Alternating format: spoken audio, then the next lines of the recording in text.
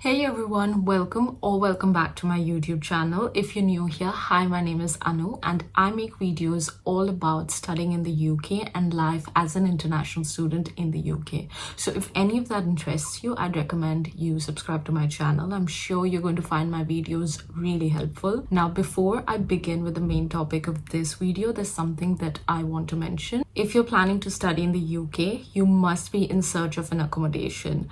And the best accommodation platform that I would recommend to everybody is definitely Amber. When I was doing my master's at the University of Exeter, I booked my accommodation through Amber and I had a really good experience with them. When you book your property through Amber, there are 3 simple steps that you need to follow: search, finalize, and book. First, you will need to look for an accommodation option from thousands of listings, and you can send an inquiry by filling up the form. Once you do that, a booking executive will get back to you and also provide suggestions. When you finalize a property, the booking executive will do all the work to help you out, including the paperwork. So your experience is going to be completely hassle-free. So go ahead and book your accommodation through Amber. You can check out their website. It's the first link in the description box below. And now coming back to the main topic of this video, as you can see from the title, I'm going to discuss about Schengen Visa application. Just a disclaimer, this video is going to be helpful for you mainly if you're in the UK and you want to travel to any of the Schengen countries. Recently, I visited Copenhagen, Denmark, and of course I had to apply for a Schengen visa. And to be very honest, the process was not very simple. It was quite lengthy, a lot of work involved, and I think if there's a video guide just describing all of that work, it would just make things easier for everyone else, which is why I decided to make this video. So if you're currently a student in the UK or you're a recent graduate, you're working in the UK and you want to travel to any of the Schengen countries, you're going to find this video really helpful, so keep on watching. So the first thing that I would recommend to everybody is to book an appointment. A lot of people fill up the form and then they look for appointments for that particular country, and what I noticed is that you don't always find appointments easily. It's definitely like a big hassle to get an appointment for a specific country that you're looking for, because they release appointment dates randomly and in slots. So it's really difficult to keep track of what country appointment dates are being released. So I would always recommend that you book your slot first and then do the visa application. How would you book an appointment? You need to go to the VFS website, create an account there, book slot. So in the UK, there are 4 major appointment centers, which is London, Manchester, Birmingham, and Edinburgh. Not all countries will have appointments in all of the 4 centers. So there are specific Schengen countries that have appointments available in specific VFS centers. So you just have to find that out while you're booking your appointment.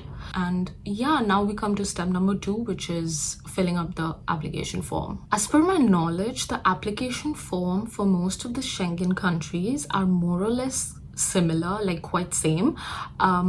I was, of course, filling up the form for Denmark. So the process is that you go to their government website, the visa page on their government website, and create an account there and fill up the form there. You sign your declaration there, get a printout, and you just carry the printout during your appointment. If you have any questions regarding what kind of questions they ask in the application form, I do have a copy of my application form available here with me. So they've asked personal details, name, date of birth, nationality, and stuff like that. Now, because I'm working, they have also asked about my current occupation and the name of my employer and their address and phone number.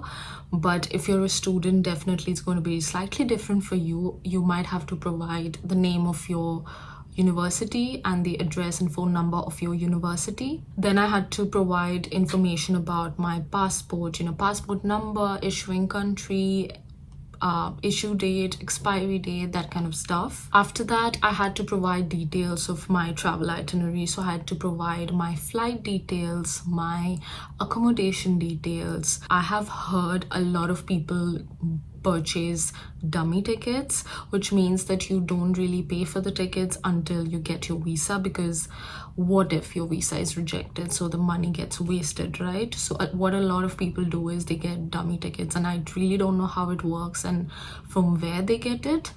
But I did not want to take the chance. I actually purchased a ticket. In terms of accommodation, I had booked my accommodation through booking.com, so I had their confirmation details. I had not paid the amount because I was supposed to pay the amount while I was visiting, while I was already in Denmark, but I already had a confirmation from the place where I was staying, so I just got a printout of that as a proof of my accommodation. That's all they wanted to know. That's all the detail I provided in the application form. Application form is only one part. You need to carry a couple of other documents with you that you need to submit during your appointment at the VFS office. So just to give you an example, I have a document checklist here with me. I went to Denmark, so everything that I'm talking about in here, including the application form and the document checklist, is specific for Denmark. When you book your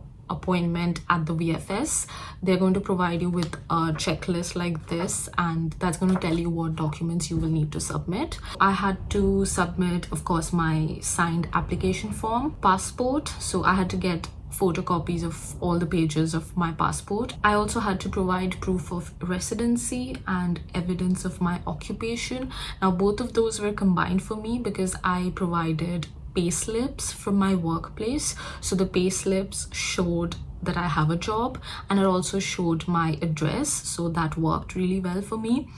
And I had to provide proof of UK residency, which is the BRP. So of course you will need a BRP because that's your visa that shows that you are eligible to return back to the UK. And then of course proof of sufficient funds. I just had to provide my bank statements for the past 3 months, and it's written here that you would approximately need 40 to 60 pounds per day. The 40 to 60 is specific to Denmark. I'm going to assume that different countries will have different limit that you will need to check from the internet, whatever. You need to find that out. I just got printout of my Ryanair tickets as well as my booking.com confirmation. And last but not the least, I had to give a printout of my travel insurance. So this is mandatory. If you're planning to travel to any of the Schengen countries, you need to get a travel insurance, and the travel insurance company recommended by VFS is AXA, and I also got my travel insurance from there. It was pretty cheap.